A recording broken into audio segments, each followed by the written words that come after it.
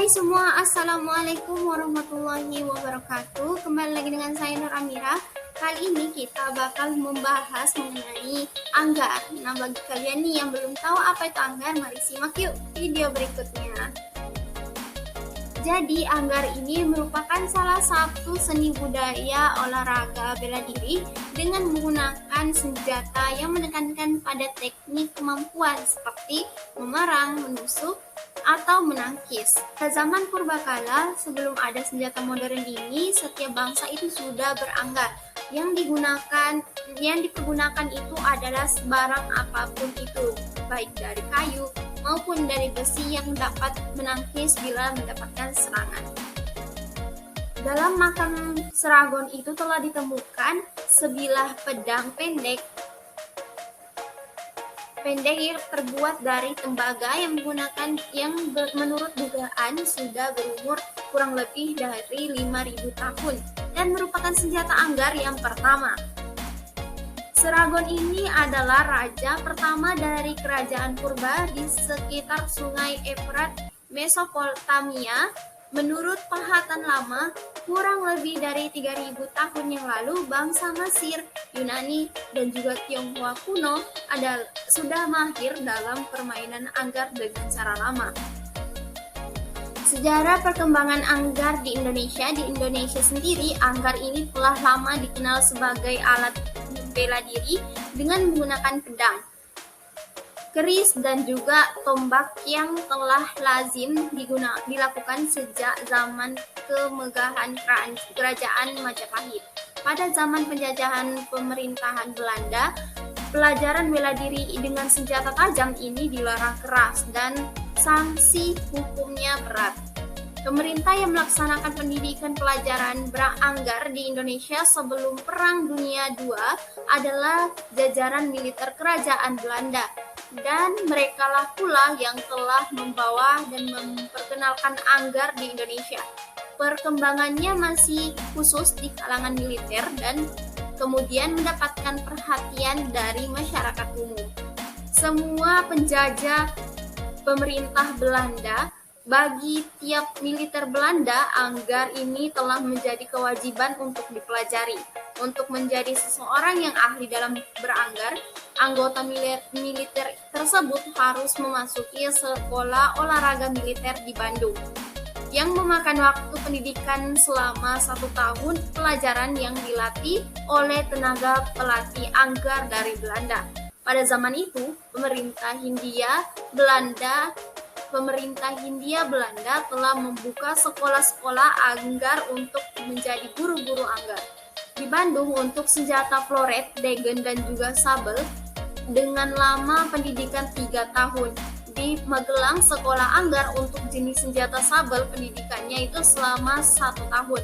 Adapun tokoh-tokoh militer bangsa Indonesia yang juga punya keahlian bermain anggar pada waktu itu antara lain Dr. Singgi Suparman, Mariono, Setu, Warsim, Paiman, Solekan, dan Atmo Suwirjo. Di antara mereka yang membeli pelajaran khusus bela diri anggar pada Akademi Militer di Indonesia sejak sebelum Aksi Militer II. Dari hasil pendidikan anggar inilah dimulai perkembangan olahraga anggar di seluruh Indonesia.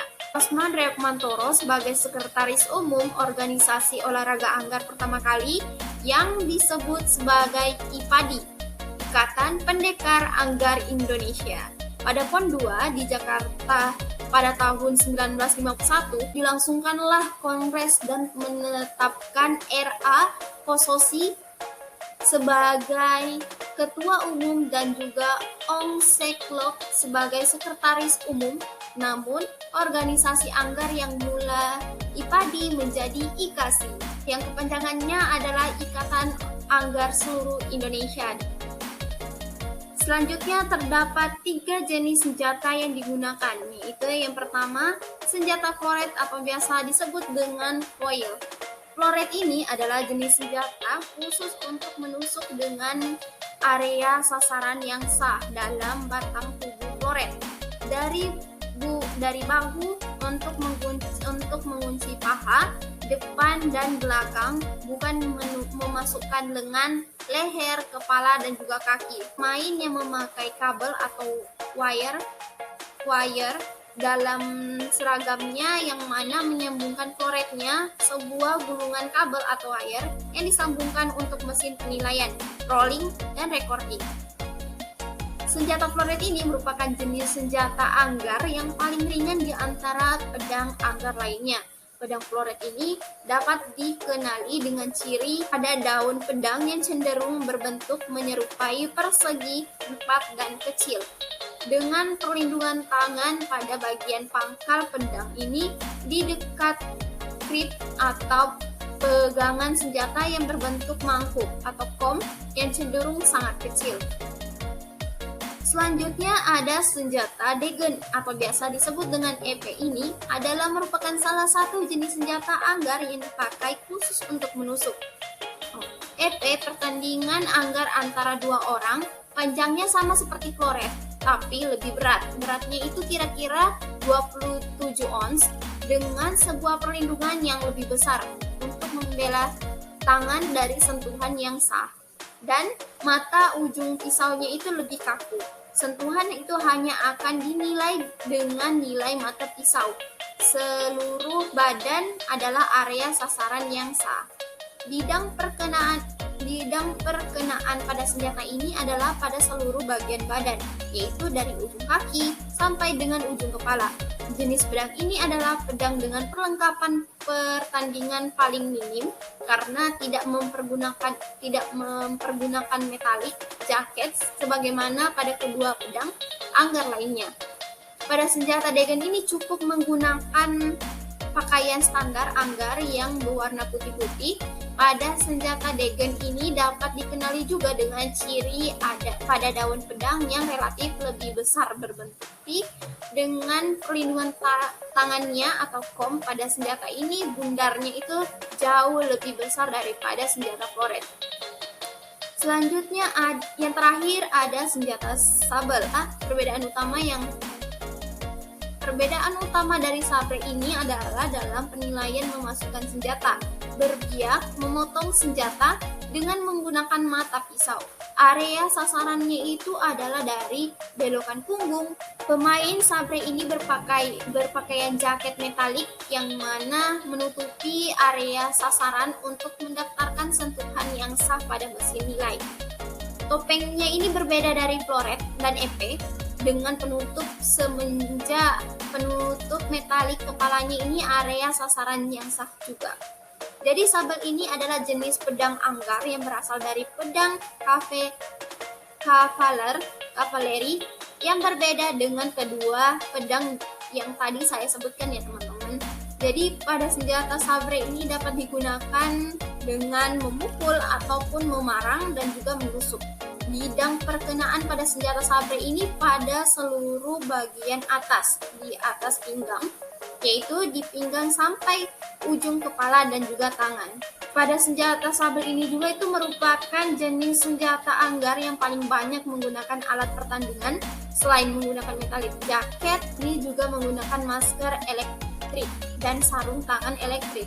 Senjata ini dapat dikenali dengan melihat atau memadukan senjata model kavaleri yang sering digunakan oleh para tentara atau militer dengan daun pedang yang berbentuk seperti V, huruf V, dengan sisi bawah pedang itu sedikit meruncing. Pada senjata ini itu memiliki pelindungan tangan yang juga relatif besar seperti senjata degen, tetapi bentuknya melingkar ke ganggang atau grip pegangan senjata guna melindungi tangan dari senjata lawan. Selanjutnya kita beralih ke perlengkapan yang dibutuhkan dari anggar, mulai dari baju, celana, kaos kaki, sepatu, perlindungan dada, jaket metalik, dan juga pedang. Yang pertama kita akan bahas mengenai baju. Baju anggar ini umumnya berwarna putih. Bahannya tidak boleh yang terlalu licin karena bisa mengakibatkan tusukan lawan itu meleset. Jadi bahan baju anggar ini merupakan bahan yang tebal agar pada saat ditusuk lawan atau terjadi perkenaan tidak mengakibatkan rasa sakit pada badan. Ukuran baju anggar ini ditutupi bagian leher minim 1/2 leher yang menutupi tangan sampai pergelangan tangan dengan ukuran pada bagian bawah itu harus memiliki celana bagian atas hingga paling sekitar 10 cm. Celana anggar ini juga berwarna putih, bahannya juga tidak boleh bahan yang terlalu licin karena dapat mengakibatkan tusukan lawan pada bagian paha yang meleset. Bahan celana anggar ini juga bahannya yang lebih tebal agar pada saat terjadi perkenaan atau tusukan itu tidak mengakibatkan rasa sakit. Celana anggar ini ukuran panjangnya itu sedikit di bawah lutut dengan bagian ujung celana bahannya itu dikenakan agar pada saat bermain anggar itu tidak mengganggu pergerakan anggar. Selanjutnya ada kaos kaki anggar. Kaos kaki anggar ini harus yang berwarna putih ya teman-teman, dan juga panjang selutut atau sampai ujung celana anggar bagian bawah. Upayakan kaos kaki anggar yang kencang dan tidak longgar agar tidak melorot ke bawah, dikarenakan dapat membuka bagian kaki dan juga dapat menimbulkan cedera pada kaki bagian terbuka pada saat tertusuk lawan. Pemain ini diizinkan untuk memakai kaos kaki dengan sebuah pertimbangan yang menunjukkan bahwa warna atau logo dari regu nasionalnya atau bangsaannya juga daerahnya setinggi 10 cm. Selanjutnya ada sepatu anggar. Nah, sepatu anggar ini terbuat dari bahan yang tidak terlalu keras, terutama pada bagian tumit kaki, agar pada anggar ada gerakan senjata di mana gerakan tersebut ini mengakibatkan hentakan pada ujung atau tumit kaki dengan ukuran tumit sepatu setinggi tumit kaki. Sepatu anggar ini juga pada bagian kaki dalam depan terdapat bantalan yang melindungi kaki pada saat terjadinya pergerakan yang menghentakkan seperti pada gerakan serang. Selanjutnya ada pelindung dada. Yang gambar nomor 2 ini ada pelindung dada. Pelindung dada ini terbuat dari bahan yang keras, terutama untuk wanita. Pelindung dada ini untuk pria tidak terlalu terbuat dari bahan yang keras, tapi cukup dari bahan yang tebal dan elastis agar tidak mengganggu ruang lingkup gerak anggar. Ukuran harus seketiak juga sampai 1/4 bagian tangan untuk laki-laki dan menutupi pada semua bagian depan dada pada perempuan. Selanjutnya ada metallic jacket. Metallic jacket atau baju anggar yang berkonduktif ini adalah baju anggar yang bisa dialiri elektron atau aliran listrik. Metallic jacket ini terbuat dari bahan benang yang berserabut, tembaga atau bahan yang konduktif dalam kedua keadaan baik melengkung maupun memanjang pada bagian luarnya, terutama pada daerah sasaran anggar yang menurut jenis senjata masing-masing. Bagian dalam baju metalik ini harus terbuat dari bahan dari lena, terisolasi terhadap listrik atau sebuah bahan lami konduktif yang memadai. Jaketnya juga berbeda-beda. Jaket untuk setiap senjata juga beda-beda ya teman-teman. Nah, pada gambar pertama itu jaket metalik dari yang harus dipakai untuk pedang floret. Yang kedua, jaket yang biasa digunakan oleh pedang sabel atau sabel. Kalau untuk EP sendiri atau degen itu tidak menggunakan jaket metalik, yang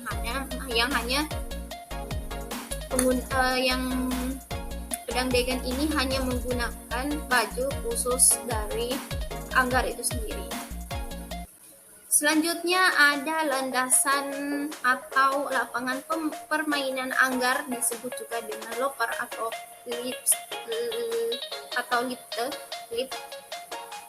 Landasan anggar ini harus terletak pada permukaan yang datar ataupun rata. Landasan ini tidak boleh memberikan keuntungan atau kerugian bagi salah satu di antara pemain anggar yang bersangkutan, terutama sekali yang berhubungan dengan kemiringan dan cahaya penerang. Loper ini terbuat dari bahan karet tebal atau terpal. Lapangan anggar ini dibatasi karena sesuai dengan karakteristik kecabangan pada anggar itu sendiri, yaitu perang atau compat yang berhadapan, yang berukuran 2 kali 14 meter guna membatasi ruang pertandingan, terutama pada penggunaan alat listrik. Agar loper dibatasi pula, maka loper dibatasi pula dengan bahan yang sesuai. Perincian landasan anggar ini adalah lebar landasan itu adalah dari 1,20 m 1,20 meter hingga 2 meter dengan panjang landasan 14 meter. Garis landasan pertandingan anggar ini atau loper dari semua luas ukuran landasan anggar ini dipecah menjadi beberapa titik bagian, dan pada setiap titik bagian ini terdapat dari ujung masing-masing ya teman-teman. Jadi yang pertama ada garis batas bersedia. Ini garis batasnya. Garis batas bersedia ini adalah garis di mana tempat kedua pemain atau peranggar ini berdiri dalam posisi kuda-kuda agar sambil menunggu aba-aba dari wasit untuk melakukan pertarungan. Yang kedua ada garis batas perang atau duel. Garis batas perang atau duel ini adalah garis di mana penyerang boleh melakukan pertarungan tanpa boleh melewati garis dari belakang yang telah ditentukan atau garis lebar lapangan yang telah ditentukan pula. Yang selanjutnya ada garis batas peringatan. Ini yang di depan itu garis di mana peranggar itu harus berhati-hati karena garis tersebut itu merupakan garis di mana penanda bahwa landasan anggar akan habis dan peranggar itu tidak boleh melewati garis tersebut. Karena garis ini merupakan garis peringatan untuk jenis senjata floret. Nah, garis batasnya ini untuk semua jenis senjata ya teman-teman. Kalau 1 MC, garis pembatas peringatan untuk degen itu 1 meter. Selanjutnya ada garis batas mati atau end off. Ini garis batas akhir. Garis batas mati ini adalah garis di mana landasan permainan telah habis dengan peranggar itu tidak boleh melakukan pertarungan pada daerah tersebut. Dan yang terakhir yaitu gerakan anggar. Untuk pemula, untuk melakukan latihan ataupun lomba itu diwajibkan bagi setiap pemain itu melakukan pemanasan dulu atau stretching khusus cabang anggarnya. Karena apabila tidak melakukan stretching, maka sendi-sendi bagian tubuh kita itu akan terasa sakit apabila ataupun kaku dalam melakukan permainan dalam anggar nantinya, dalam latihan maupun dalam pertandingan. Jadi di sini teknik dasar permainan anggar itu pertama ada sikap dalam hormat. Sikap dalam hormat ini dilakukan dengan posisi ujung pedang pada awalnya itu berada di bawah bagian depan menunjuk ujung kaki kanan untuk pemain kanan, untuk ujung kaki kiri bagi pemain kidal atau pemain kiri. Dan pedang diangkat dengan menekukkan tangan hingga kling pedang berada di muka wajah dengan ujung pedang itu mengarah ke atas masker atau topeng anggar dipegang di samping badan. Hormat ini dilakukan ke beberapa penjuru, diantaranya ditunjukkan pada wasit, penonton, dan juga saling hormat antar pemain. Kemudian the ground atau posisi kuda-kuda. Di dalam memposisikan kuda-kuda, kaki kira-kira itu berjarak 15 inci antara kaki depan dan belakang pada sudut kaki 90 derajat. Posisi tumit kaki depan dan belakang adalah pada satu garis yang sama. Kaki yang di depan itu lurus menunjukkan ke arah musuh atau lawan, sedangkan kaki yang belakang itu adalah memutar pada seluruh ujungnya sekitar 90 derajat. Ukuran cara berdirinya yang secara tegak maka akan membawa berat badan dengan sama pada posisi berdiri antara kedua kaki.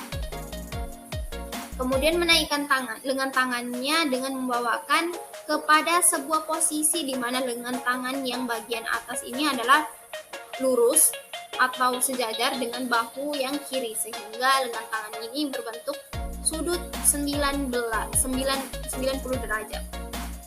Yang menekuk pergelangan tangan, yang menjaga posisi tangan itu sedikit membuka dan juga menunjukkan ujung tangan ke arah lawan. Kemudian ada langkah step maju dan mundur. Cara mengatur step ini adalah kunci ke mobilitas gerak dan tidak bisa dihapuskan dari setiap gerak anggar yang baik.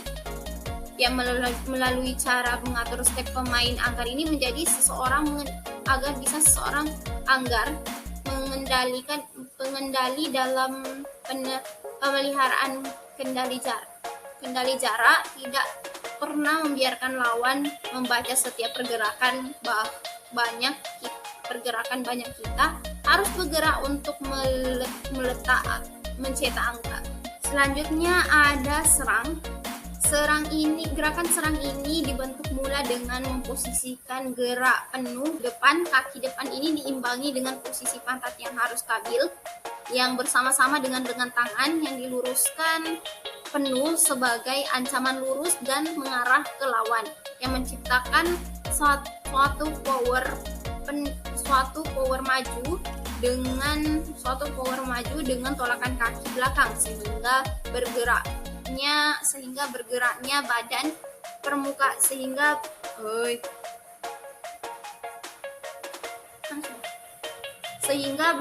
badan pergerakan ini diawali itu oleh suatu gerak yang meluruskan dengan tangan yang memegang pedang, yang menjangkau dengan ujung pedang untuk mengarahkan dan menusuk lawan pada area target sesuai dengan pedangnya.